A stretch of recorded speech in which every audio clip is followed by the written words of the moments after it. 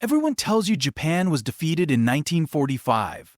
They say the empire died and a new Japan was born. But what if I told you the empire didn't just fail? It was a math equation that went wrong. Japan didn't lose because they were weak. They lost because they were too good at winning.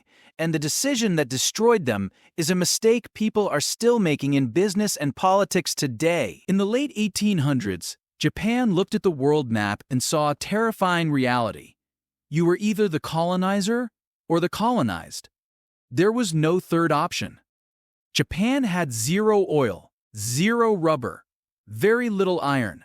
If they stayed inside their borders, they would eventually become a servant to the West. So they did something no one expected. They didn't just modernize. They speed-ran 500 years of industrial revolution in just 40 years. By 1930, Japan was the Silicon Valley of warfare. Their planes were faster, their ships were bigger, and their discipline? Absolute.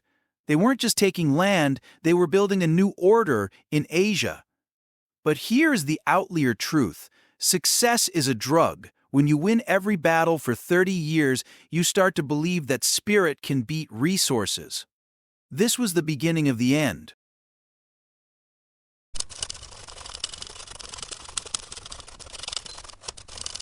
Most people think Pearl Harbor was a moment of madness. It wasn't. It was a cold, calculated gamble. Japan knew they couldn't win a long war against America. America's economy was 10 times larger. So they made a bet, hit them so hard in one day that they lose the will to fight. They treated a world war like a street fight. They forgot that a street fight ends in minutes. But a war is a marathon of factories. When the tide turned, Japan's greatest strength, discipline, became their greatest curse. In the West, if a mission is impossible, you retreat. In the Empire, if a mission is impossible, you die trying. This isn't just history. It's a lesson in Cost Fallacy.